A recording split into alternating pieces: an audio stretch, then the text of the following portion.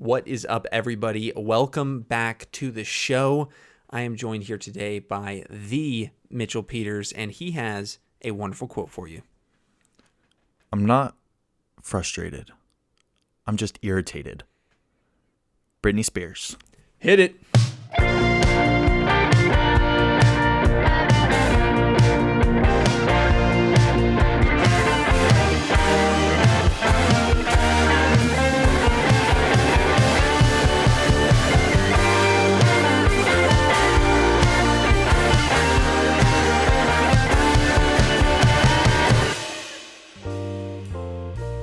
All right, everybody, welcome back to the show.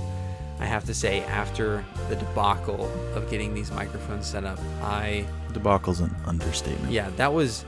Okay, how long were we sitting here? Hour, 20 minutes. Hour, 20 minutes. No joke, we were sitting here for an hour and 20 minutes getting these stupid microphones hooked up to the computer. So we got that, right? But then the next step is, how do I hear you? And how do you hear me? The issue was we couldn't find the right hole. There's no other way to put it. I mean, we had too many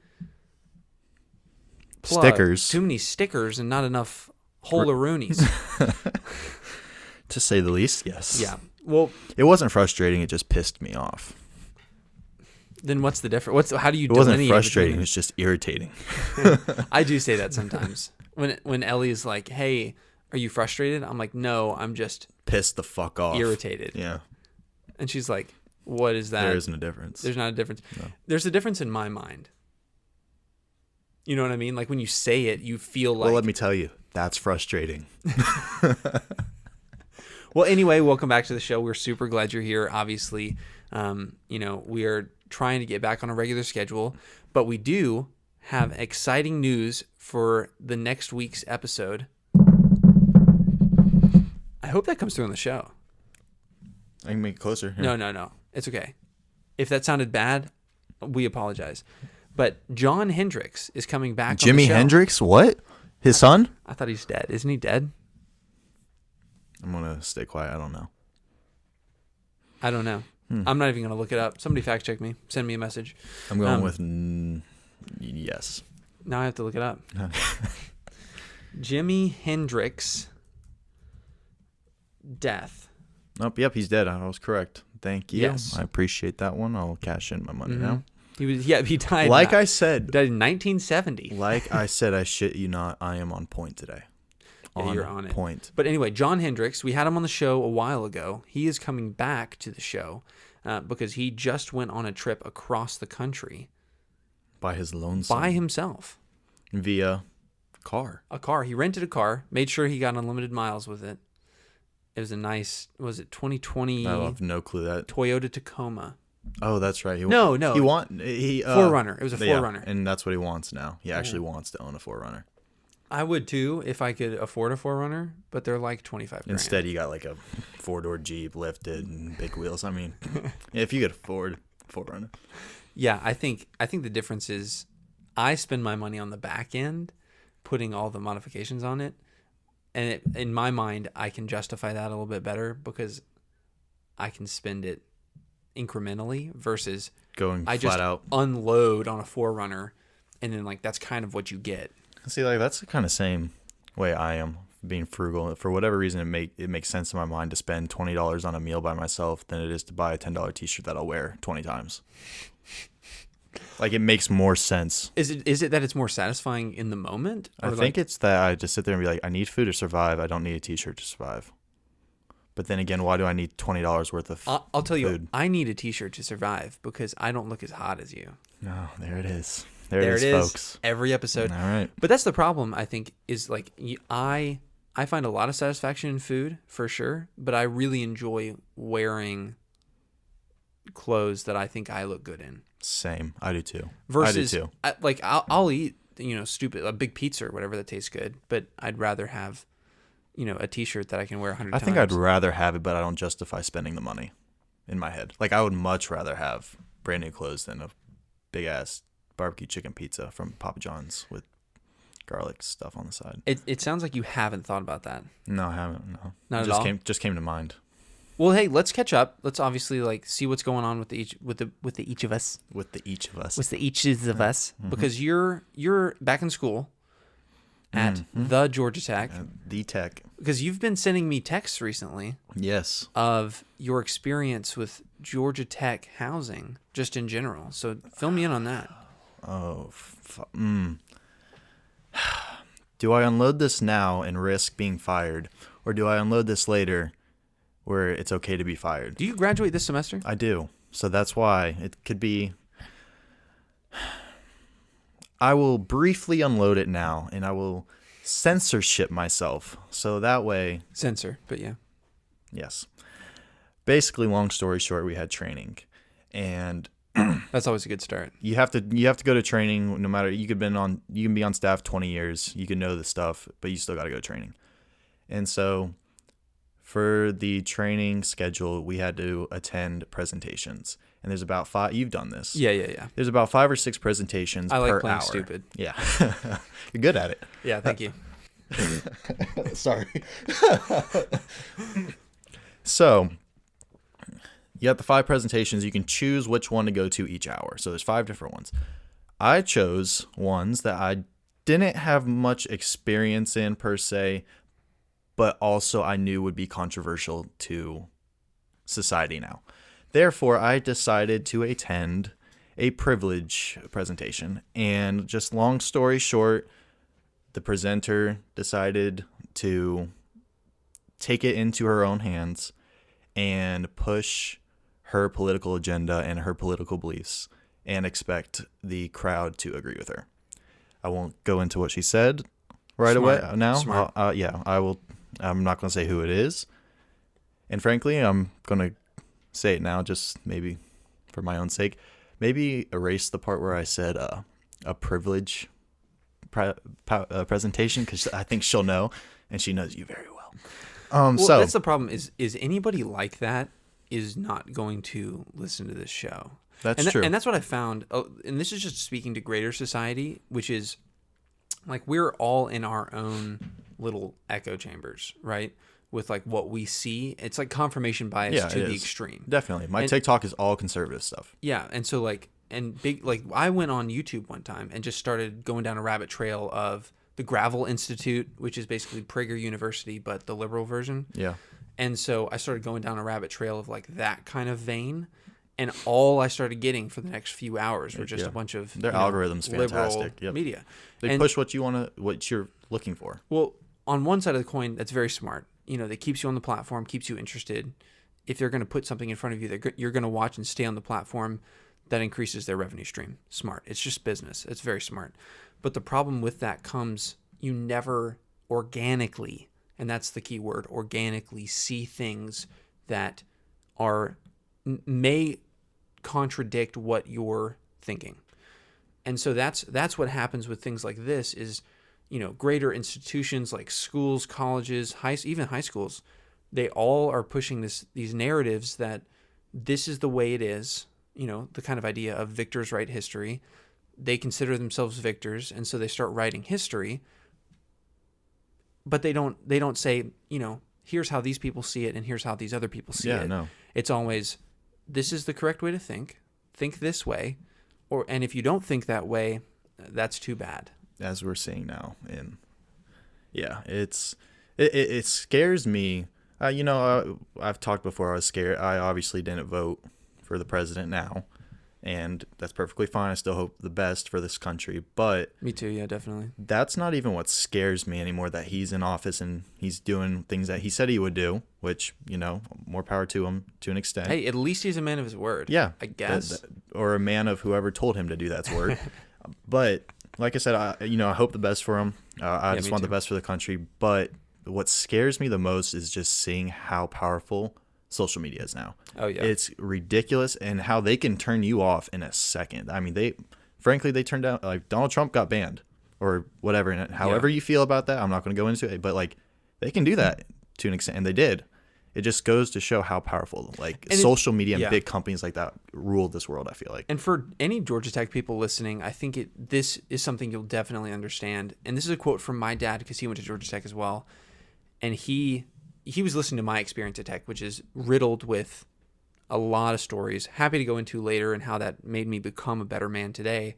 But one of the quotes that he told me was, "Ma Tech eats her young," right? So that the gist of that, if you don't understand, which is that the mother, that is Georgia Tech, refuses to care for her offspring, the students.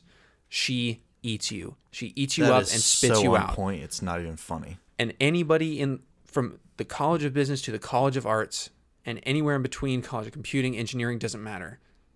Everybody can agree that at some point at Georgia Tech, the institute itself, schools, professors, classmates, doesn't matter, administrators, somebody ate you up and spit you out.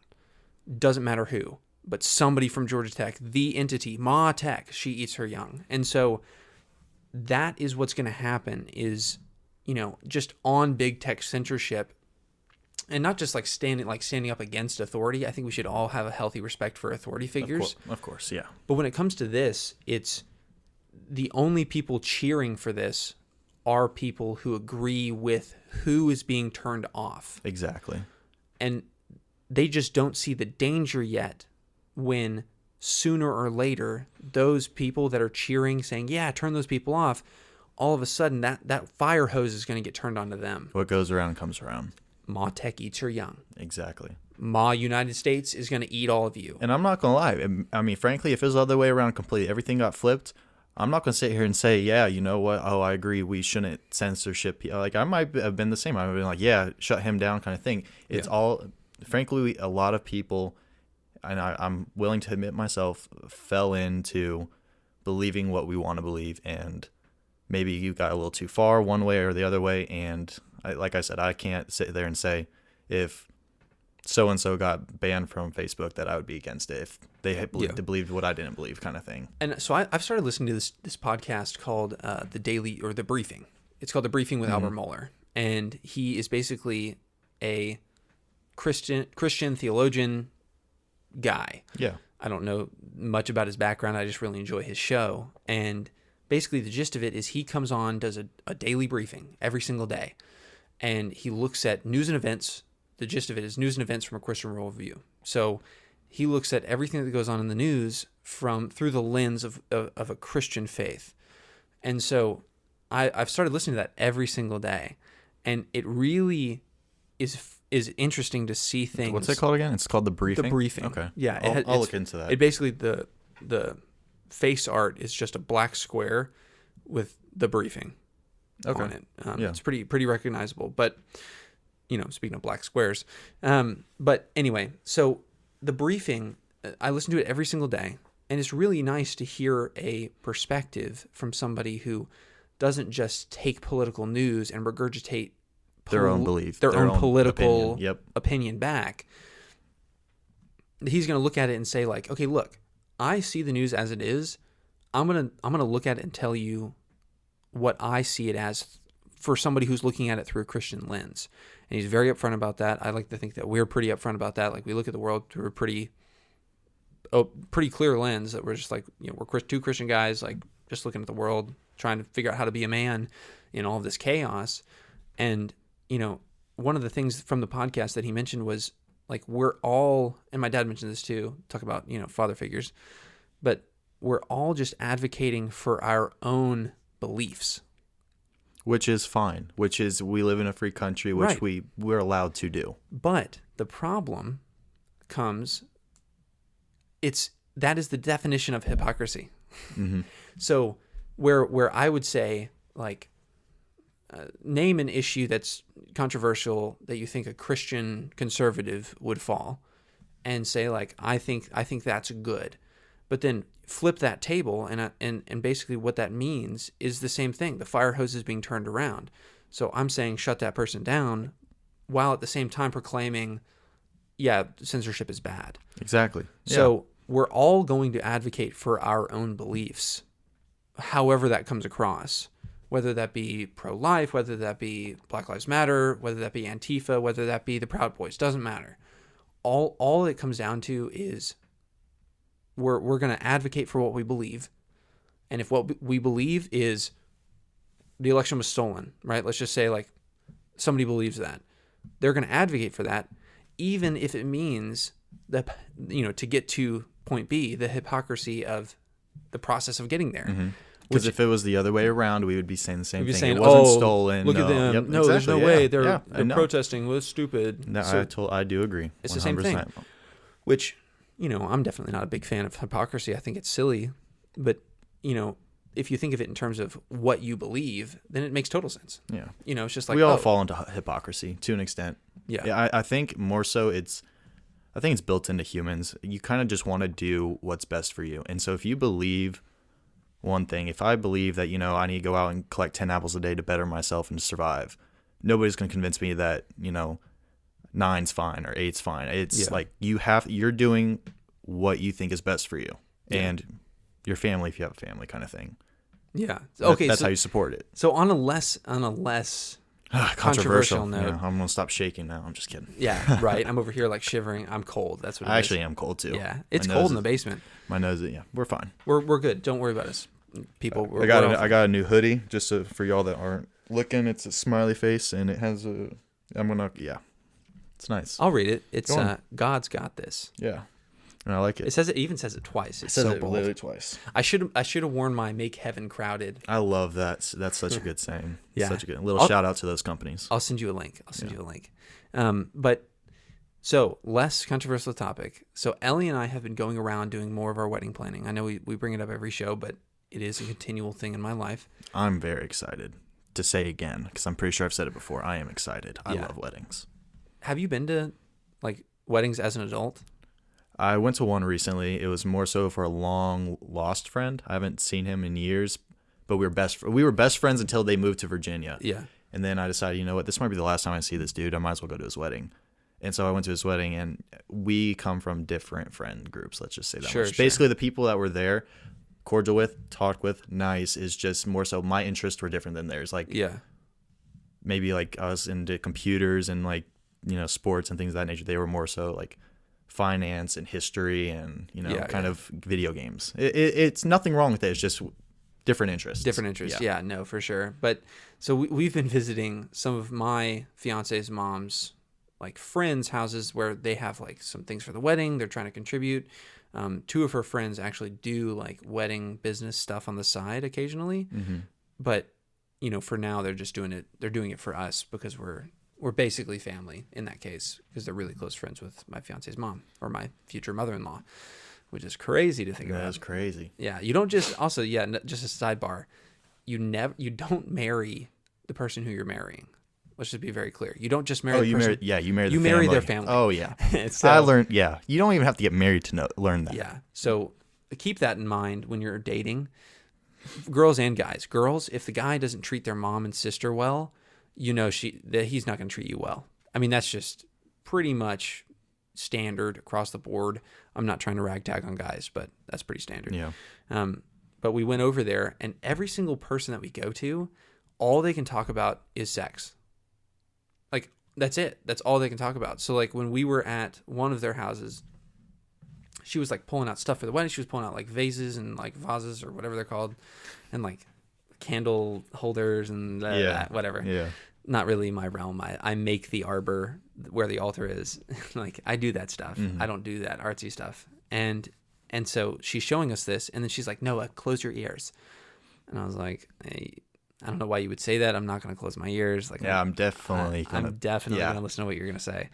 And she started going off on, well, when you guys have kids and all this stuff and whatever. And I was like, okay, that's pretty standard. Like, yeah, we're getting married. I would assume that we would eventually have kids. Like, that just kind of makes Ellie sense. said this to you? Don't listen, or the other person? No, the lady. Okay, yeah. Just to clarify. And then as we were walking out of that room, there were aprons right on the wall. And my future mother-in-law, she was talking, she was like, oh, wow, are these for the, little girls that come, she has a family. She has 2 little girls, like they're granddaughters. Yeah. And so she was like, yeah, for sure. And my mother-in-law was like, oh, maybe Ellie will wear it for Noah. And then the other lady was like, yeah, maybe she won't wear anything but this. That's what that's what my mind went straight to as well. Yeah, right. It's pretty standard. But I was just like, and that's been happening like every single person we go and see.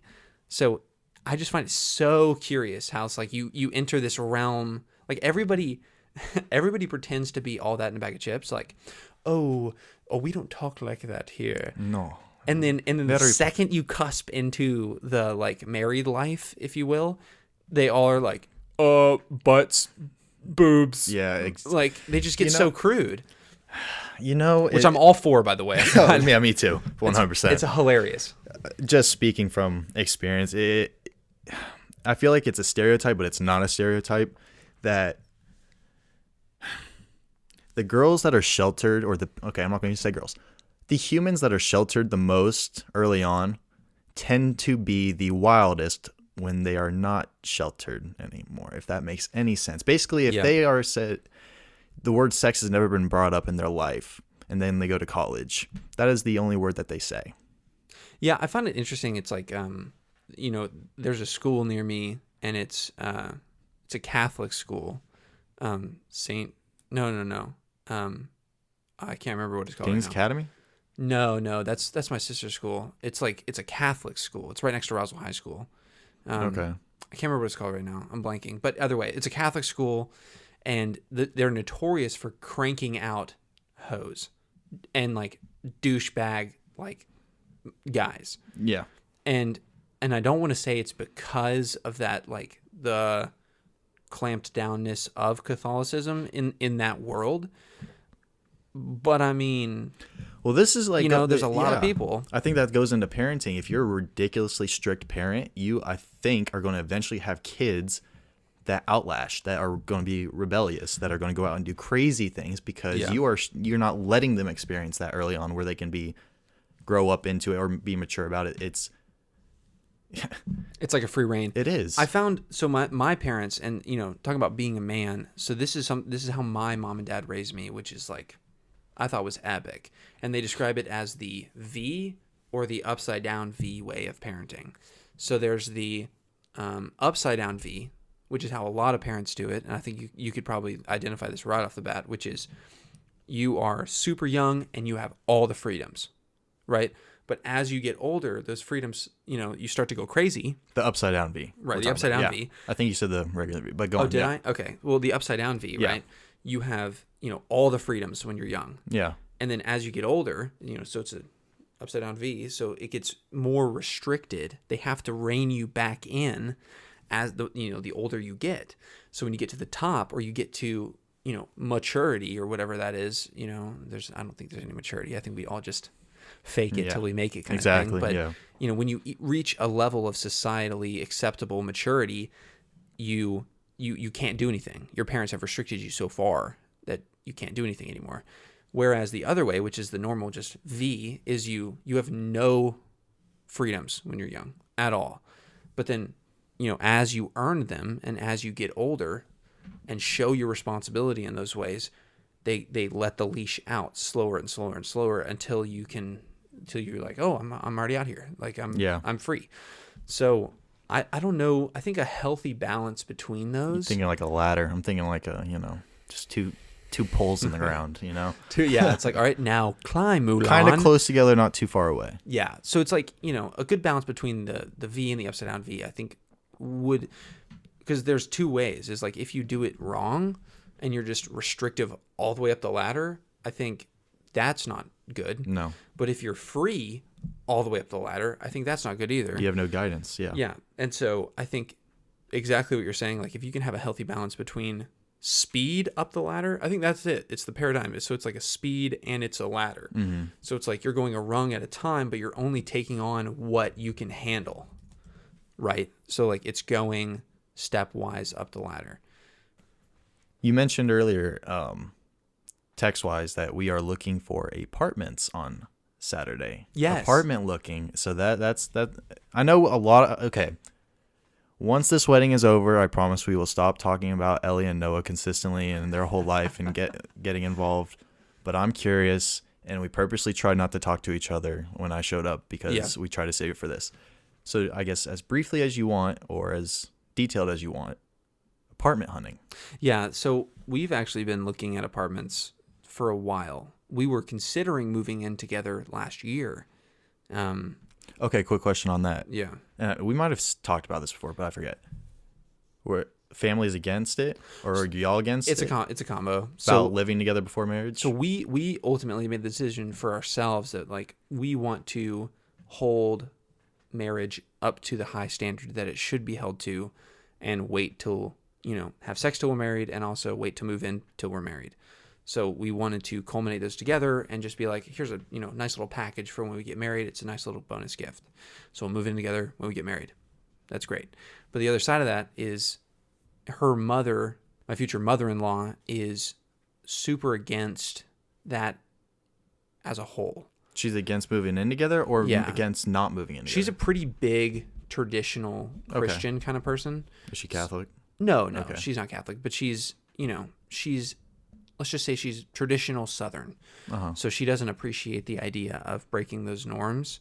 And so, especially if she's going to be contributing to the wedding as well as her dad, we just don't want to upset those two people and maintain a solid relationship with them. I've always respected that about y'all, that because I feel like a lot of people, at least maybe our generation, they sit there and say, like in your case, you're getting married, your parents are paying for it, they're contributing, both sides are doing a great ordeal, that things that they don't have to do. No, they don't have to.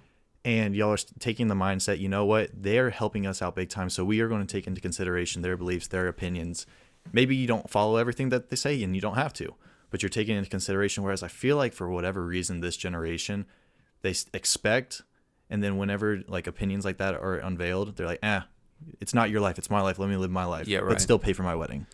Yeah, it's like it's So I almost really like respect that between y'all. You can't have both kind of situations. Because I feel like I could be completely wrong. I mean, y'all talked about it most likely. Maybe if the families didn't influence it, maybe y'all would have moved in together last year. Or maybe you wouldn't have. Yeah. Maybe y'all came to that decision yourselves, but at least you listened to both sides. I appreciate that. It's definitely a balance, because as much as we would have loved to move in together with each other, like it really like was much more special to think of a world where we were moving in and I'm carrying her over the doorstep. Yeah, It's just No, very yeah. special.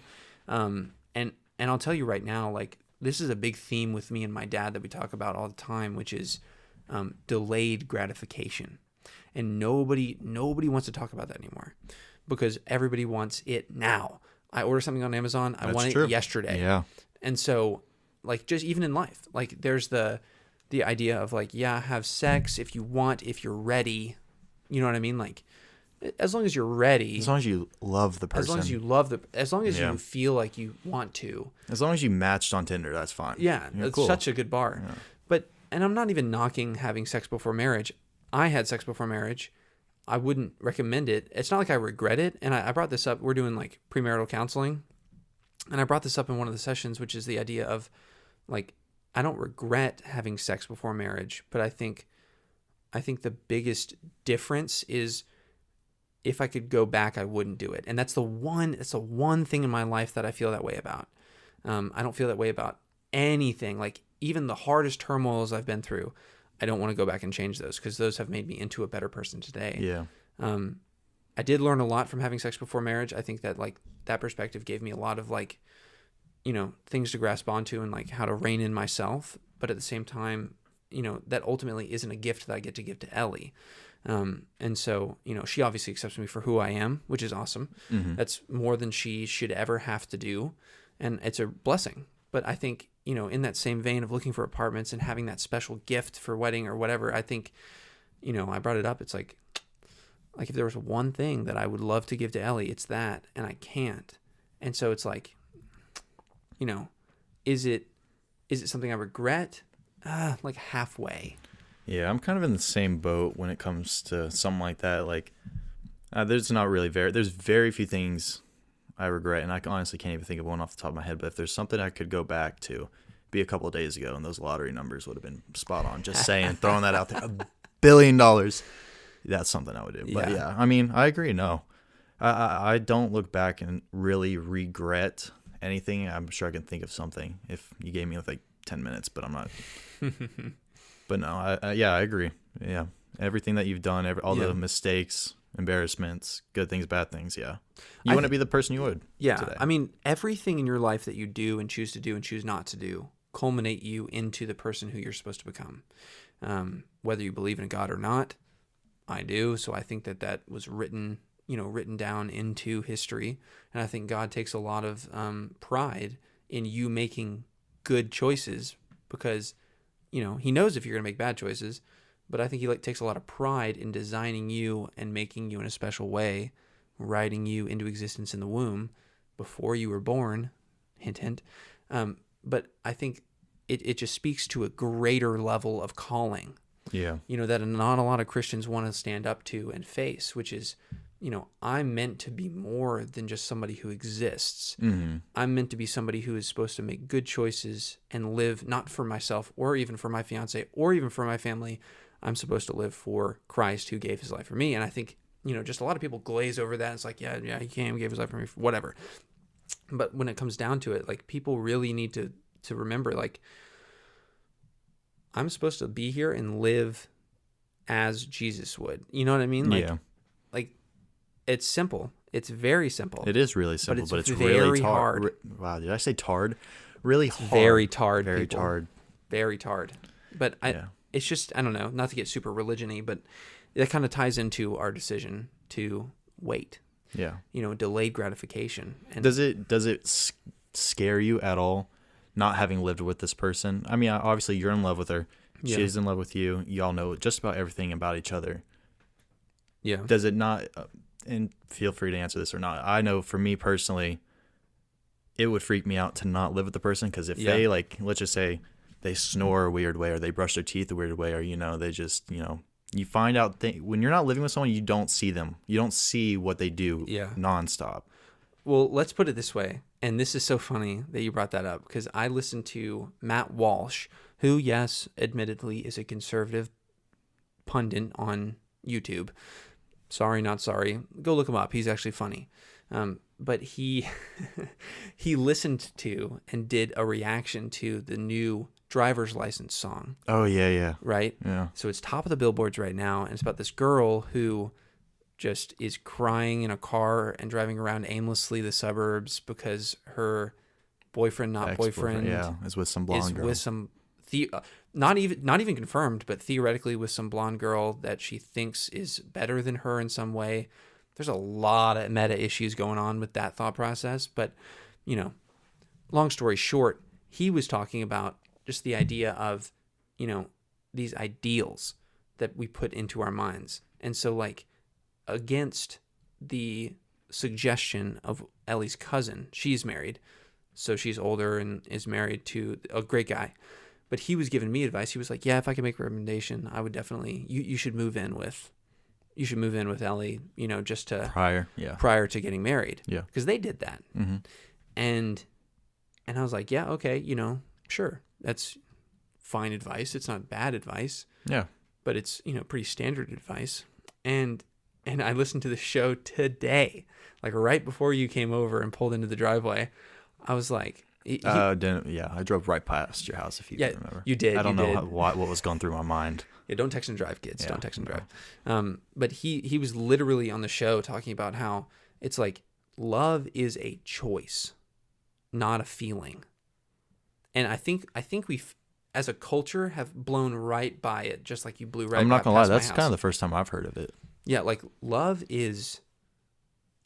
It's just hard to explain. You can choose to love somebody regardless of things. Yeah. So like Ellie and I have made the decision. I know we're young and stupid, like most people would consider us, but we've made the decision that we, like, under no circumstances will we or can we ever get a divorce. Mm-hmm. Right? So we're not entering into marriage lightly. Like, a lot of people just get married, screw around, and and get a divorce. Yeah. Like, we're entering into this, like, they're entering the free trial, Yeah, exactly. It's not free, though. The 7-month free trial of marriage. It's like, no, marriage isn't dating plus. Yeah. It's this is it. We're calling you in regards to your extended warranty on your girlfriend. It's like, yeah, I'd like to return her or him. Is that okay? Can I do that? Oh, yes? Okay, great. I just feel like that's been too normalized by culture. And so he was saying, like, love is a choice. And so going into, marrying Ellie, yeah, am I nervous that, we haven't lived together? Sure, as anybody else would be. I mean, I've gone over to her apartment when she was in college. She'd come over to my dorm. less because it was community bathrooms, so No. she just Although you disincentivized. designed that thing nice. Too bad we didn't get video over there. I know we didn't. Yeah, we didn't. That's okay. Whatever. But she, we know each other's quirks. I mean, we've been dating for 4 years. So when it comes to it, it's like we know each other pretty well. And I think it's a cop out for people to say like, "Oh man, what if we don't like click?" Or like, what if I don't like the way he or she, I don't know, sleeps or whatever. It doesn't matter. I sleep talk bad. Like I'll have to throw in sometimes some of my sleep recordings that I have. Yeah, that's some scary stuff. I've watched too many scary movies. If whoever I'm like with does that and like sleepwalks or starts talking, Yeah, it's shut up, kill him. Yeah, it's creepy, but like it's a choice. It's a choice. Like love has been chalked up to society as this like meta feeling that if you don't feel love anymore, then maybe you weren't meant to be. Yeah. And it's like, no, like, like you have to choose. Like things get hard. Okay, so I definitely agree. I agree with the love is a choice thing, 100%. But I would go out and say, this doesn't happen all the time, but I think 90% of the time, when you with somebody, whether it be not with them, it doesn't have to be romantic. I'm thinking of like even your siblings and mother or whatever. Yeah. You develop a feeling. Like you develop feelings for that person, sure. Like you and Ellie just started off, and you kind of fall in love. Yeah. Mm-hmm. And you have that feeling. You're like, wow, this person makes me feel warm inside, whatever, butterflies. And I think from there on, it's a choice on whether or not you continue to love them. So I think I feel like, this sounds so stupid. You ever, you've watched Narnia, right? Yeah. Have you ever heard of the song called The Call?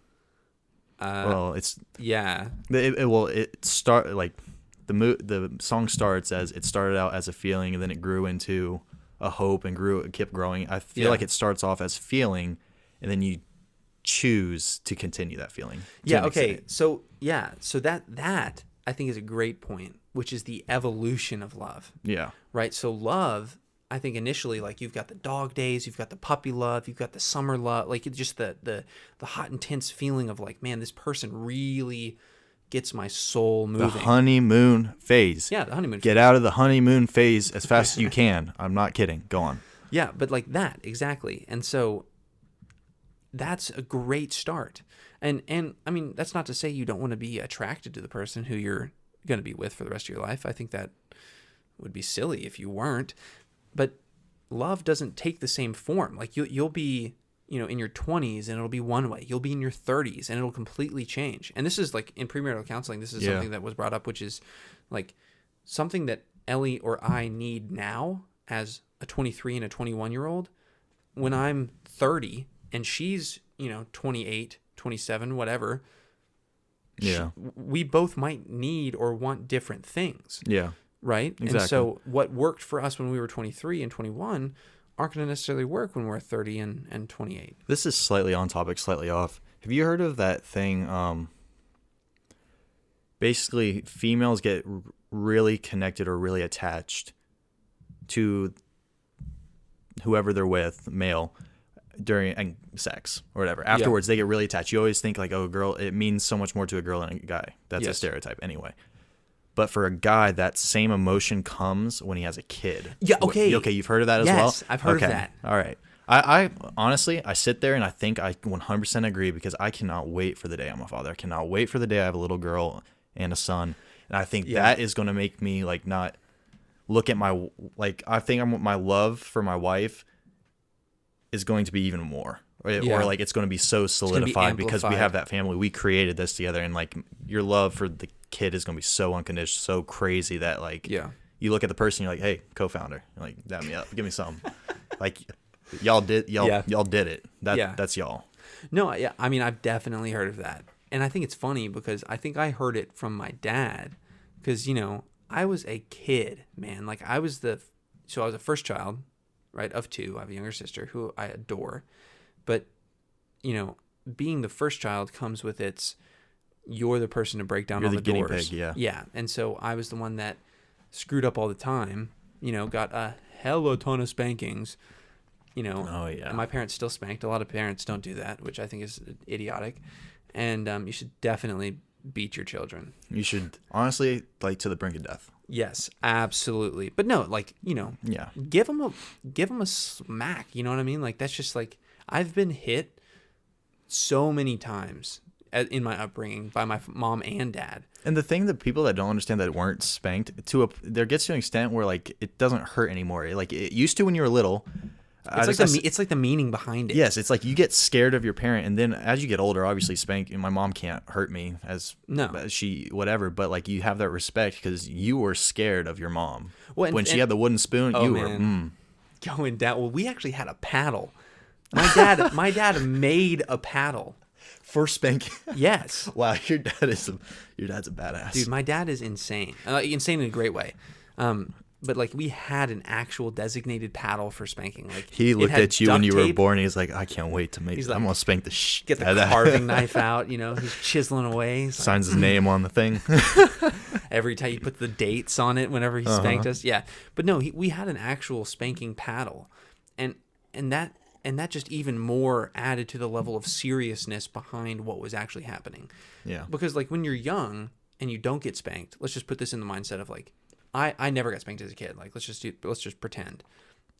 When I'm older, things that happen emotionally or physically to me are going to seem so much more extreme. Because you haven't gone through that terror. Yes. Of running. Right. Or the emotional fear of, like, your parent is coming to, punish immediate you. punishment. Immediate punishment. It's not like grounding where you can just sit there in your room. And some people like that. I mean, that in a way, when it can go the same for spanking, but if you're grounding somebody, you're teaching them to be alone in a way. Yeah. You're teaching them a certain way when they're punished, or to think a certain way that this is bad. When you do bad, this is the situation you're in. I know people say with spankings, oh yeah, if they get, put in a predicament, they're going to start being violent, but that's not necessarily the case. And I found really fast, at least my parents found really fast, that grounding, or the idea of like no phone for a month or whatever, or like you can't, go anywhere for a month besides school and the house, didn't really work for me very well because I didn't really do much anyway. Yeah. You know what I mean? So like it's an extended punishment. It's not immediate. Yeah. Like you get to the point where you have you know, think about what you did. It's really like a peak. It's like a Mount Everest of punishment, right? So you have a spanking and it's like loud, it's intense all at once. And then afterwards you can come together and have a conversation. Yeah. And I think that's the critical part that a lot of people miss, is the idea of like coming together and actually talking about what happened, being honest, being open. Because I was always an honest kid. And then it's like the second I became a teenager, I was like, yeah, nah, no more, no more honesty from me. And not even in a deviant way. It's just like, as a normal teenager, like I don't want to tell you what's going on. Yeah. And so being able to keep that door open is a really good way to do that. Yeah. And a lot of parents just ground their kids, and I feel like that in a way isolates them even more. It's crazy. Now thinking back to when, I was scared of my dad, spanking me, or my mother. It is actually a really deep bonding moment afterwards when it's like y'all forgive each other. Like I forgive my mom for hitting me, my mom forgives me for drawing on the wall. Yeah. And then it's like you're best friends even more. Well, it's such a weird incident. It is. Because it's like you get spanking and then what do? You immediately go and hug them. Like, why? I'm going to be a scientist real quick. Sociologist? Sure. Maybe, and this is a hypothesis, maybe it's been proven. Okay. All that emotion that gets built up when you're running from the wooden spoon and your emotions are high, you have the adrenaline going, all those emotions are built up and you get spanked, you realize it's obviously not as bad as you thought. You still have all those emotions present that if you guys forgive each other and hug it out, they turn into good. Because right now you're building up, it's fear. Yeah. And now that fear needs to go into a memory or it needs to go into something. And then maybe it's just that bonding moment. All those emotions go. It's like coins that get put into something. You have a crap ton. Some went to fear because obviously you're scared, but you still have this abundance. Are they going to go put into resentment for my mom hitting me, or is it going to be, oh, we forgave each other, so love you, mama? What's the movie with it's Pixar, and it's it goes into the mind of the girl. Oh. Who's moving? So they moved to California. Inside Out. Inside Out. Is that it? Inside Out. Yeah. Yeah. Yeah, that's it. I don't know why I hesitated. That's definitely it. But Inside Out, and it I think it perfectly depicts, because they worked with scientists and they worked with psychologists around childhood development, memories, adult development, and all that. And it's like the little pods. Yeah, and you put them into certain and things. they go away, and memories fade, and like all of these different things, and like the the trains core of thought. memories. I think it's core called. memories, Yeah. right? It's like the what make you you kind of thing, and really, it's a parent's battle, and especially my dad is like for any dad to young man, or even father to daughter. I really think dads are underrated in this society, but I think like it's a fight to make sure your kids have their core memories be something that is a bedrock, Yeah. right? Not to like do another biblical analogy, but it's like, do you want to build your house on stone or do you want to build your house on sand? Yeah. So it's like, do you want your core memories of your upbringing to be built on something that's just not going to last? Sexual, like something just of the earth. Like, do you just want those, or do you want your kid to have something that's like going to last? Yeah. And I just find it so curious how often parents are just like, yeah, screw it. They'll be fine. The underlying meaning there in that Inside Out, thinking back to it, yeah. Think of I don't know if you remember the movie precisely. I definitely But all do. the core memories, they're all happy ones. And Yeah, then at right. the end, you realize, you need some sad one. Of course, nobody wanted the sad memories. Well, it's a but blend. yeah.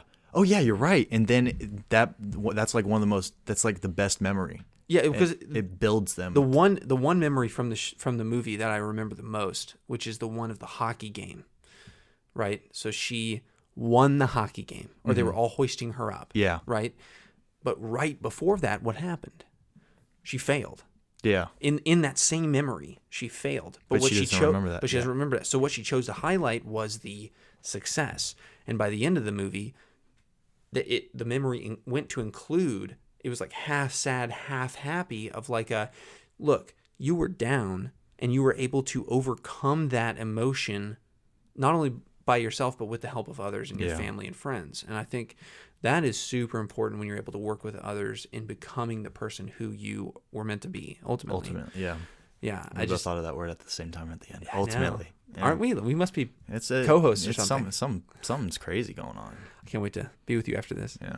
Let's just shut the camera Yeah, off. honestly, let's just turn it let's off. just end now. So that's a great way to end. Yeah, that's a perfect way to end. Thank you for tuning in. Obviously, this podcast is going to be up anywhere you listen to podcasts. We are now live on YouTube. So you can go to our YouTube channel, just search Man Card Podcast, and send us an email at, mancardpod@gmail.com. Send us an email with your thoughts. We'd love to hear them. We're both tuned in. We can reply or not reply, Yeah, true. however we're feeling. Yeah. But send us an email. We'd love to hear from you, and our Instagram at mancardpod. We'll do better about posting. I hate social media personally. So I love social media So personally. I will never be using it, but Mitchell will be the person who is all up in that I'll business. get better at it. I'm slowly getting better at my own. So It takes time. It takes time. does. I've seen a couple posts when I've gone on my laptop of you working out, appreciate it. and you are going all for that fitness motivator guy. Dude, I'm okay. TikTok, everyone knows I love TikTok, but TikTok I've gained like 6,000 followers, and it's not because I post good content. Like, frankly, my videos are crap compared to like these Yeah. professionals. But it just shows you like consistency is freaking key. Like, you just keep Consistency is doing it. key, yeah. Eventually it just starts piling on top of each other. And then you get better. Yeah, like my little shit videos become a big pile of it, and then it gets noticed. So therefore, You scrub it and yeah. scrub it and scrub it, and finally it's shiny. Exactly. Yeah, well, thank you for tuning in. Look forward to seeing you next time. We've got a special guest coming in, John Hendricks. Look forward to his story about the Wild West. See ya. Peace.